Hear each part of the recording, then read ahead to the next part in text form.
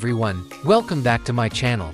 In today's video, I'm going to introduce a tool that allows you to scrape followers from one or multiple Instagram accounts that you want.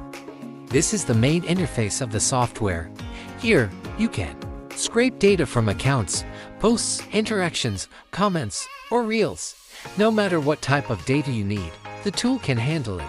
If you want to scrape followers from an account, simply enter the usernames here.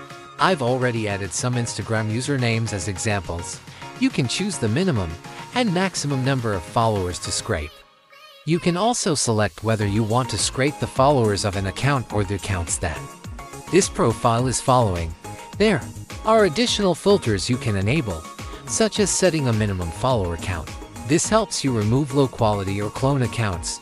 If you're scraping data from influencers or public figures, you can choose to filter verified accounts or set conditions based on the number of posts an account has. After setting everything up, select your accounts and start the scraping process in bulk. Once the scraping is completed, you can export the data to an Excel file. The file will include information such as usernames, user IDs, and profile links. With this data, you can message these users or use it for any purpose you need. Thank you for watching the video, and I'll see you in the next one.